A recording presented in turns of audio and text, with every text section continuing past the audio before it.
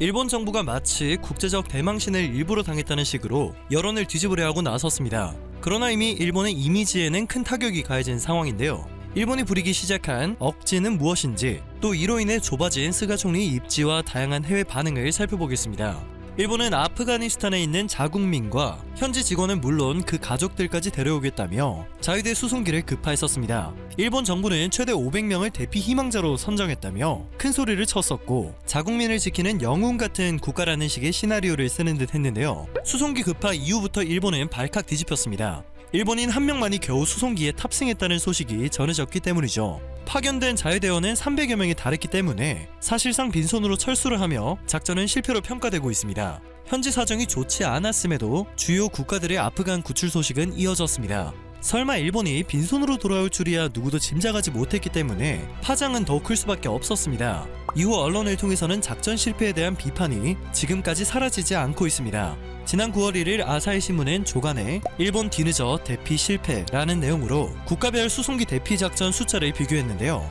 미국, 영국, 터키, 한국 등의 국가 옆에는 수천 명, 수백 명의 인원이, 일본 옆에는 일본인 1명, 미국 요청으로 이송한 현지인 14명이라는 숫자가 적혀 있었습니다. 직접적으로 쓰지는 않았지만 비교 자체로 일본의 굴욕을 비꼬는 듯 했죠. 마이니치 신문은 390명을 성공적으로 데려온 한국의 미라클 작전을 중요하게 보도하며 일본의 대응과 비교하기도 했습니다. 한국의 대응이 일본 정부의 실책을 더욱 두드러지게 하고 있는 것입니다. 심지어 보수 성향의 요미우리 신문, 산케이 신문까지 정부 비판에 가세한 상태입니다. 작전 실패의 원인 중 하나는 대피를 희망한 사람들을 공항으로 데려올 준비를 제대로 해놓지 않았기 때문입니다. 미국이 넌지시 전달한 철수 정보를 흘려버리지 않고 비상연락망을 작성하고 미군과 철수 MOU를 작성해 놓는 등 하나하나 철수를 준비해온 우리나라와 공항까지 데려올 아무런 대책도 준비도 없이 수송기만 급파하며 어리버리 대처를 한 일본의 작전 실패는 객관적으로 보더라도 너무 크게 비교가 되긴 합니다.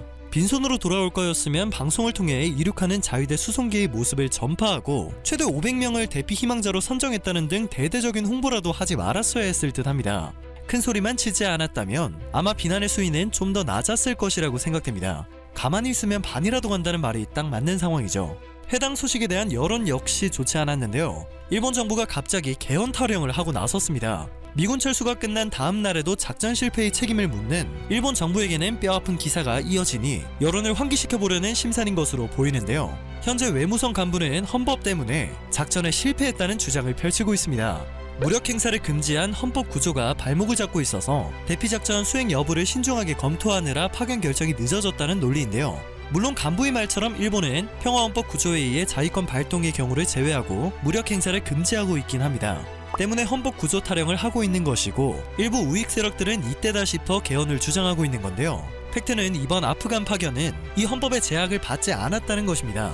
이번 파견은 외국에서 재해와 상해 등의 긴급사태가 발생한 경우에 대한 일본인들의 수송을 정한 자위대법 84조 4항의 규정에 근거하고 있으며, 이 조항은 심지어 외국인 승객의 경우도 인정이 됩니다. 그럴듯하지만 자세히 알아보면 핑계가 될 수 없는 구차한 변명에 불과한 것입니다. 그런데 여기서 스가 총리가 또 눈치 없는 발언을 더해버렸습니다. 스가 총리가 파견한 자위대가 일본인 1명을 대피시킨 것을 두고 이번 작업의 가장 큰 목표는 일본인의 보호이다, 그 뜻은 좋았다고 생각한다는 말을 꺼낸 것입니다. 차라리 말을 아끼는 게 나았을 뻔한 발언이었죠. 이후 일본 언론을 통해서는 관련 보도 내용이 쏟아지고 있고, 여기에서는 1명을 데리고 온 것이 정말 성공이라면 500명을 구출한다며 수송기를 3대나 파견한 행동은 무엇인가요? 한국 등 다른 나라가 수백 명 이상의 구출을 성공시켜 세계에서 좋은 평가를 받고 있는 상황에서 일본 총리가 할 말은 아니라고 생각합니다. 선진국 중에 일원으로서 부끄러운 일이다. 1명으로 만족할 거였다면 따로 자위대를 파견할 필요가 없었던 것은 아닙니까? 솔직하게 실패라고 인정해주세요 라는 반응을 찾아볼 수 있었습니다. 일본 여론이 이렇게 좋지 않은 또 하나의 이유는 즉 해외 반응 때문입니다. 보여지는 것과 이미지 메이킹에 누구보다 목숨을 거는지라 작전 실패로 철수를 했다는 소식에 대한 해외 반응이 너무도 굴욕적으로 느껴진 것으로 보이는데요. 각국 네티즌들은 일본의 작전 실패에 대해 실패한 작전을 두고 왜 철수를 질질 끈 것인지 이해하지 못하겠다. 일본은 질질 끌기라는 스포츠를 올림픽에 추가하면 좋을 것 같다.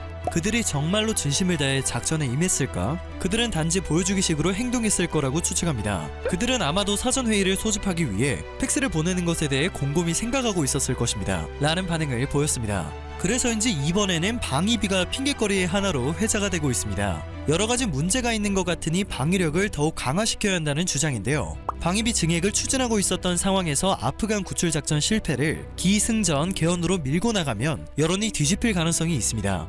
왜 개헌과 방위비를 함께 도마 위에 올리고 있는지 짐작할 수 있는 부분이죠. 그동안 일본 방위성이 GDP의 1% 이내라는 방위 예산 편성을 관행으로 삼고 있었기 때문에 이른바 1% 룰이 깨질까 주목됩니다. 일본은 지난해 이후 주요 안보국 위협국으로 중국을 꼽아왔습니다. 그래서인지 중국은 일본의 역대 최대 규모 방위비 편성 움직임을 비판하고 나섰는데요. 중국 관영 매체 환구시보 영문판 글로벌 타임즈는 1일 전문가들의 발언을 인용해 일본이 역대급 방위비를 편성하려는 움직임을 보이는 것은 중국을 핑계삼아 군사력 확충에 나선 것이라고 분석했습니다. 중국의 위협을 과장해서 결국 독자적인 군사력을 개발하려는 일본의 본심이 드러나고 있다는 것이죠. 중국의 한 군사 전문가는 일본은 평화헌법 개정을 지지하기 위해 지속적으로 중국의 위협을 과대 선전할 필요가 있다고 설명했습니다. 그러나 코로나 사태 장기화로 인해 민생 경제 부양과 복지 비용 확대 등은 물론 엄청난 올림픽 적자로 인해 돈 쓸 곳이 워낙 많은 상태라 일본에서는 군비 확장에 대한 우려의 목소리도 큽니다.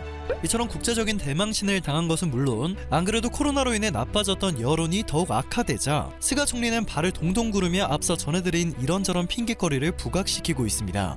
나름대로 계획해온 일들이 있었는데 이것이 모두 물거품이 될 가능성이 높아졌기 때문인데요. 이일 요미우리 신문 보도에 따르면 스가 총리는 당초 5일 패럴림픽이 폐막된 후 중의원을 해산해 중의원 선거에서 승리한 다음 자민당 총재 선거는 무투표로 승리하는 것을 목표로 하고 있었다고 합니다. 그러나 코로나 확산으로 9월 중의원 해산이 어려워진 상황입니다. 더 큰 문제는 앞서 전해드린 상황들로 인해 스가 총리의 지지율이 지난해 9월 정권 출범 이후 최저 수준으로 떨어지고 있다는 겁니다. 또 스가 총리가 지지했던 후보가 요코하마 시장 선거에서 낙선하며 자민당 총재 선거 출마를 선언한 기시다 후미오 전 자민당 정무조사 회장에 열세를 보이게 된 상태입니다. 때문에 당내 소정파 사이에서는 스가 총리를 선거의 얼굴로 내세우는 것에 반대하는 기류가 일고 있습니다.